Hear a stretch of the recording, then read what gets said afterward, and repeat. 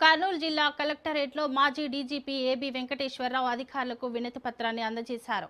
22(a) చట్టంలోని లోపాలను సరిదిద్ది అక్రమంగా నిషేధిత జాబితాలో చేర్చిన భూములను ప్రభుత్వం బేషరతుగా తొలగించాలని ఆయన డిమాండ్ చేశారు. చట్టంలోని కొన్ని రకాల నిబంధనల వల్ల సాధారణ ప్రజలు, రైతులు తీవ్రంగా ఇబ్బందులు ఎదుర్కొంటున్నారని, వారి హక్కులను కాపాడాల్సిన బాధ్యత ప్రభుత్వానికి ఉందని అంటున్న ఏబీ వెంకటేశ్వరరావుతో మా ప్రతినిధి మధుసూదన్ ఫేస్ టు ఫేస్. అతిపెద్ద సమస్యగా ఉన్న 22(a) నిషేధిత భూములను వెంటనే తొలగించాలంటూ మాజీ ఐపీఎస్ అధికారి ఏబీ వెంకటేశ్వరరావు చెప్తున్నారు. ఈ నేపథ్యంలోనే కర్నూలులో ఒక సమావేశం నిర్వహించి బాధితులతో కూడా మాట్లాడేవడం జరిగింది. ప్రస్తుతం మనతో ఏబీ వెంకటేశ్వరరావు ఉన్నారు. సార్ చెప్పండి, ఈ 22(a) నిషేధిత భూములను ఏ విధంగా తొలగించాలని చెప్తారు? ప్రజలకు సంబంధం లేదు ఈ సమస్యతో. ఈ సమస్యను కొని తెచ్చిపెట్టింది గవర్నమెంట్, కాబట్టి సమస్య తీర్చాల్సిన బాధ్యత కూడా గవర్నమెంట్దే. నువ్వు నాకు నోటీస్ ఇవ్వకుండా నా భూమి 22(a)లో పెట్టడానికి నువ్వెవడవి? కాబట్టి ముందు తీసేయి, తర్వాత మాట్లాడు. నోటీస్ ఇవ్వకుండా మాట్లాడడానికి నువ్వెవడవి అని అడుగుతున్నావు. చంద్రబాబు నాయుడు గారు కూడా మీటింగ్లో చెప్తా ఉన్నారు, మా ఇక్కడ నంద్యాల జిల్లాలో వచ్చేసి ఒక గూటుపల్లెలో 2000 ఎకరాలు నిషేధిత భూమి నుంచి తొలగించామని చెప్పారు. అసలు ఎందుకు పెట్టారో, ఎందుకు తొలగిస్తారు? అదేమే అనేది, నా భూమి తీసుకెళ్ళి గవర్నమెంట్ ల్యాండ్ అంటావు. మేము గొడవ చేస్తే 1 ఎకరం 2 ఎకరాలు, 1 ఊరు 2 ఊళ్ళు తొలగిస్తావు. తొలగించి బహుమానం ఇచ్చానంటావు. దీన్ని బహుమానం అంటావా? సిగ్గుపడి చెంపలేసుకుని క్షమాపణ కదా మాకు చెప్పాల్సింది. బహుమానం అంటావేంటి? మమ్మల్ని ఇంత క్షోభ పెట్టినందుకు నీకు పాలాభిషేకం చేయాలా? మేము ఆలోచన ఉండొద్దా? ఇది మేము అడిగేది. రెవెన్యూ వ్యవస్థ ఎలా పనిచేస్తుంది అంటారు? ఈ 22(a) నిషేధిత భూములను ఇటు తహసీల్దార్ కానీ, ఆర్డీఓ కానీ, జేసీ కానీ వీళ్ళకి అప్లై చేస్తే తీసేస్తామంటున్నారు. వ్యవస్థ ఎలా పనిచేస్తుందంట? అస్సలు పనిచేయడంలా. ఏమైందంటే, అవినీతికి అలవాటు పడ్డ తహసీల్దారులేమో డబ్బులు ఎక్కడ వస్తాయా అని చూస్తున్నారు. డబ్బులు వస్తే ఏదో ఒకటి రాసి పంపిస్తున్నారు. కానీ తహసీల్దార్కి డబ్బులు ఇస్తే చాలదుగా. మళ్ళీ ఆర్డీఓ అడుగుతాడు, ఆర్డీఓ తర్వాత జేసీ, తర్వాత కలెక్టర్ అడుగుతాడు, మళ్ళీ సీసీఎల్ఏ ఆఫీసులో అడుగుతారు. ఎన్ని చోట్ల డబ్బులు ఇచ్చుకుంటూ పోవాలి? అసలు పని అవుతుందో లేదో తెలీదు. అసలు నాకు ఉన్నదే అదే ఆస్తి, నేను పేదోడిని, అది అమ్మితే పని డబ్బులు వస్తాయి. అమ్మకుండా నేను డబ్బులు ఎక్కడి నుంచి తెచ్చేది? దీనికోసం మళ్ళీ అప్పులు చేయాలా నేను? కాబట్టి అవినీతికి అలవాటు పడిన అధికారులు అది పరిస్థితి. నీతివంతమైన అధికారులు లేరా? ఉన్నారు.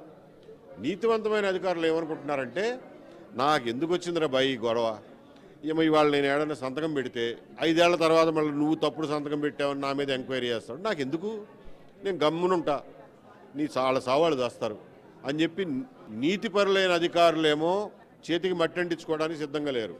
అవినీతిపరులైన అధికారులేమో డబ్బులు ఏడొస్తాయా అని చూస్తున్నారు. ఇది సమస్య. రాష్ట్ర వ్యాప్తంగా దీనిపైన తిరుగుతూ ఉన్నారు. రైతులు ఎలాంటి సమస్యలు ఎదుర్కొంటున్నారు? తమ భూములను అమ్ముకోవాలన్నా లేదా తమ భూములు తమవని భావించాలన్నా చూశారుగా, ఇప్పుడు బాధితుల్ని గమనించారు కదా. నేను చెప్తున్నా, చిన్న టైకూరు విలేజ్ వెళ్ళి అడగండి ఒకసారి. కురవాళ్ళు ఉన్నారు పాపం 130 మంది. వాళ్ళకి ఇక్కడ దాకా పని మానుకుని రావడానికి ఛార్జీలు కూడా ఉండవు. అనవసరంగా రాలేరు వాళ్ళు పని మానుకుని. రోజు కూరగాయలంటే ఎంత పని ఉంటుంది? రోజు చేయాలి పని, లేదా పాడైపోతాయి. సో అన్ని బాధల్లో ఉన్నారు. అమ్ముకునేవాడికి వాళ్ళంటే వ్యవసాయం చేసుకోవడానికి ఇబ్బంది లేదు, పర్వాలా.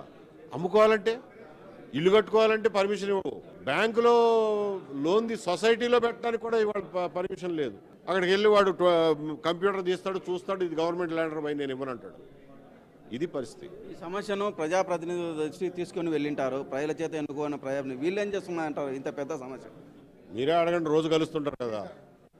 మీరు అడగండి, మీరు అడగాలి కదా వాళ్ళని. కొంతమంది ప్రజాప్రతినిధులేమో నాకు వాటా ఎంత ఇస్తామో అంటున్నారు, కొంతమంది ఏమో పట్టించుకుంటలేరేమో. ఒకవేళ వాళ్ళు పట్టించుకున్న ప్రజాప్రతినిధులు అంటారేంటి? సీఎం పట్టించుకున్నా చెయ్యరు. నేను రాసిస్తా ఇక్కడ, సీఎం అడిగినా చెయ్యరు.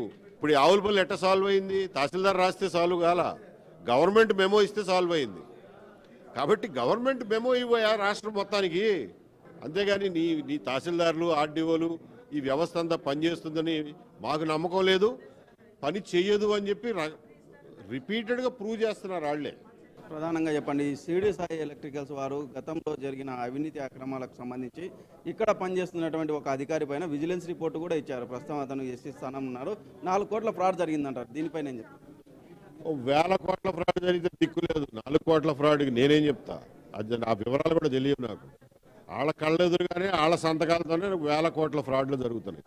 అది ముందు సరి చేసుకోమనండి. కర్నూలు జిల్లాలో మైనింగ్ కూడా ఎక్కువగా జరుగుతూ ఉంది. దీనికి అసలు ఎలాంటి పర్మిషన్ లేకుండా ఈ సహజ సంపదను దోచుకెళ్తున్నారు. దీన్ని నాకు వివరాలు తెలియకుండా ఏ విషయం గురించి మాట్లాడను బ్రదర్.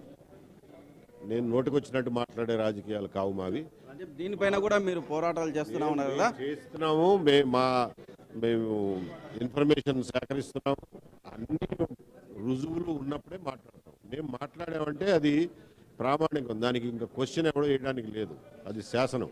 ప్రభుత్వం బేసిజాలకు పోకుండా ఒక కాగితంతో 22A నిషేధిత భూములను తొలగించే అవకాశం ఉన్నా తొలగించడం లేదు. వెంటనే దీన్ని తొలగించాలని చెప్పేసి మాజీ IPS అధికారి ఏబీ వెంకటేశ్వరరావు చెప్తున్నారు. వీడియో జర్నలిస్ట్ శివశంకర్తో మధు, రాజ్ న్యూస్, కర్నూలు.